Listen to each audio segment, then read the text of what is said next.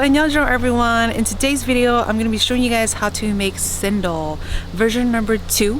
I showed you guys how to make Cendol a couple years ago, but this version is a little bit easier. The ingredients are easier to obtain and it's just a lot faster as well. This is my go-to Cendol recipe whenever I want to make a really quick Naab Vaam dessert. And Cendol is a must-have whenever I make Naab Vaam. So this version is really simple, also very fun to make if you ever made it before. As long as you have all the equipment, you can definitely make the Cendol. And I'll put all the information for ingredients that I use and the equipment and where I got them and where you can find it down below in the description box if you guys were curious, because I know a lot of you guys will be asking. So I really hope you guys can give this a try, and I hope this video is informative for those who wants to learn how to make Cendol and get it to the consistency that they like. Other than that, let's go ahead and I'll show you guys Cendol version number 2. Let's go. Okay, so let's go ahead and do the Cendol. So I'm going to be blending some fresh pandan leaves here. I have about 10 whole pandan leaf that I chopped, rinsed up and chopped into smaller pieces so it's easier to blend. If you guys can't find fresh pandan leaf, you guys can definitely use the pandan flavoring or extract, which looks like this. And you probably have to use about a tablespoon or so, or more or less, depending on how green you guys want the Cendol to be.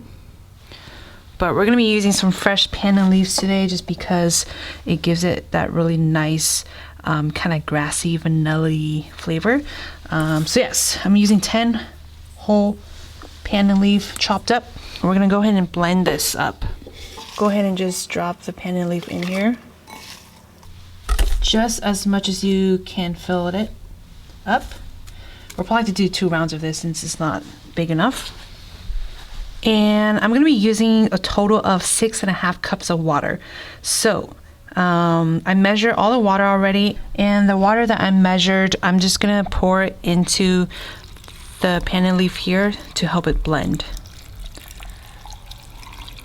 And again, we're going to do 2 cycles of this, so we'll go with that. Go ahead and close this up and we'll start blending this to make it into some pandan water.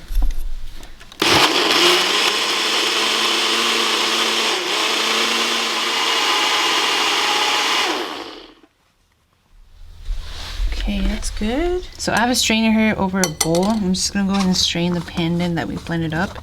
You guys can definitely use a cheesecloth or a mesh strainer if you guys want to. Let's go ahead and strain that up. Alright, let's go ahead and finish blending the rest. Okay, pour the rest in. And going to use a paddle or spoon to press any of the excess water. You don't want to waste that. Actually, I'm going to use my hands. Okay, that's good. Okay, let's pour this back into the measuring cup. You should have a total of 6.5 cups of pandan water.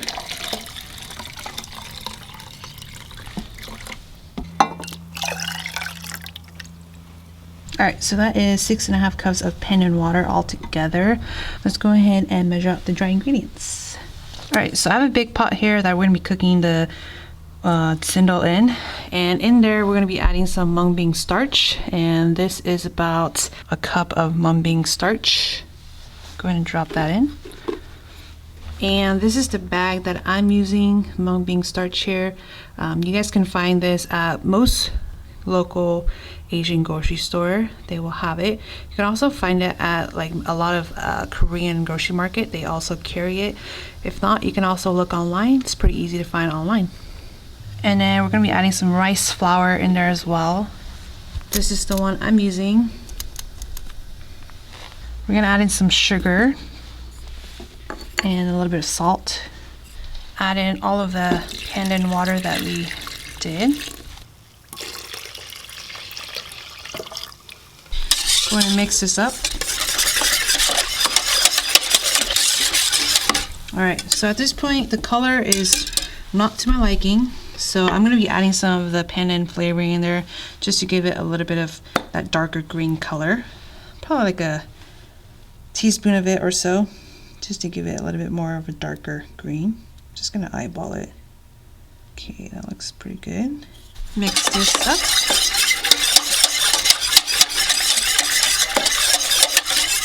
that color is pretty nice. If you guys want it darker green, add a little bit more pandan extract in there if you want to. But this is good. Let's go ahead and start cooking it up. Okay, so before we start cooking the batter, just make sure you guys have ice water ready for you when the batter is ready to be pressed. This would be handy.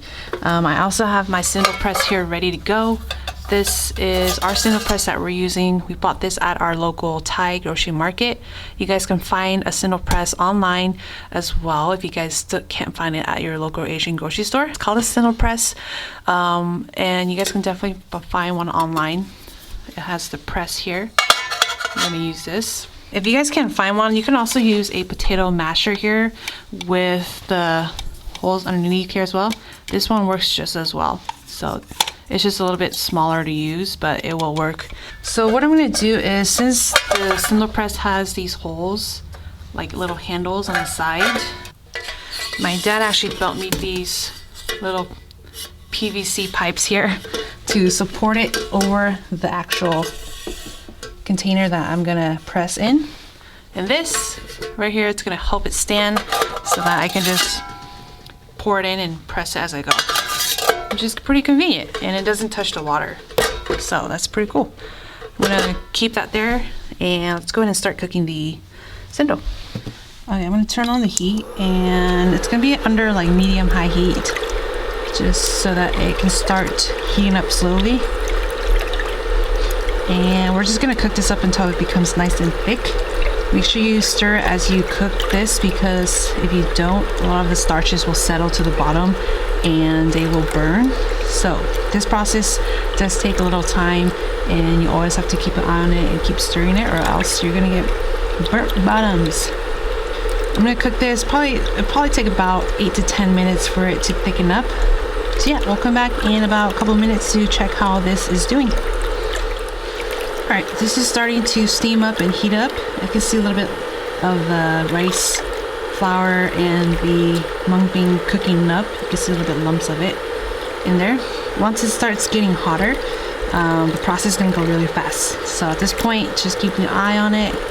Keep stirring it so it doesn't scorch from the bottom. Okay, I see a lot of bigger lumps now. That means it's almost there. It's getting to the boiling point. It's getting thicker. Okay, it's getting thicker, but it's still really opaque. We want it to be a more translucent color, so we're gonna continue cooking it, keep stirring it. And you'll notice it'll get smoother as the more you keep stirring it. The color is not right yet, even though it's thickened. You still want it a little bit more translucent. Almost there though. So when you get to this really thick consistency, just cook it for 1 or 2 more minutes until you get to the color that we want, that translucent color. And you'll notice, you can see the changes as we go. Whew, it's a good arm workout. Okay, that looks pretty good. Got a lot more translucent color. It's not really opaque right now. I'm gonna go ahead and turn off the heat. And let's check the consistency. You still want it to have a really nice end point when you scoop it out. You want this really nice end point here. That's the way you know when the dough is done right. If when you scoop it out, there's a tail wiggling out like that, that means it's good. My mom likes to call that the tail. Other than that, let's go ahead and put this through our Cendol press, and we are ready to go. All right, I have my Cendol press ready here over ice water. Let's go ahead and pour the batter in.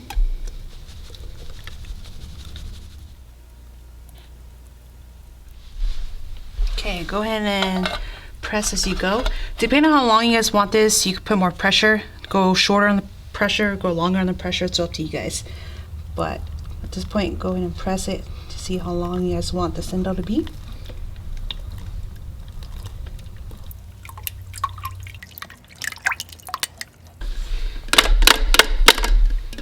Alright, that's it for that.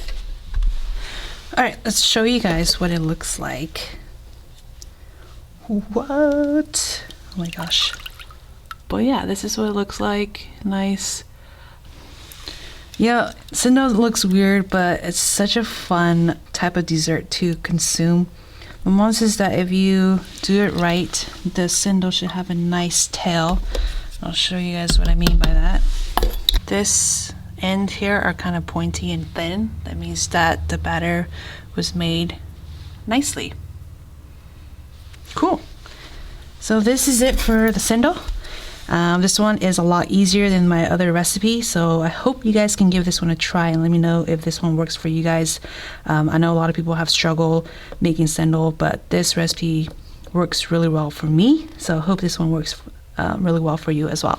But we're gonna leave it in the water. If you guys want to keep this overnight in the refrigerator and eat it the next day, it's totally fine as well. Just make sure you leave it in water, or else if you don't, it will get sticky. But in my next video, I'll show you guys how to put it all together.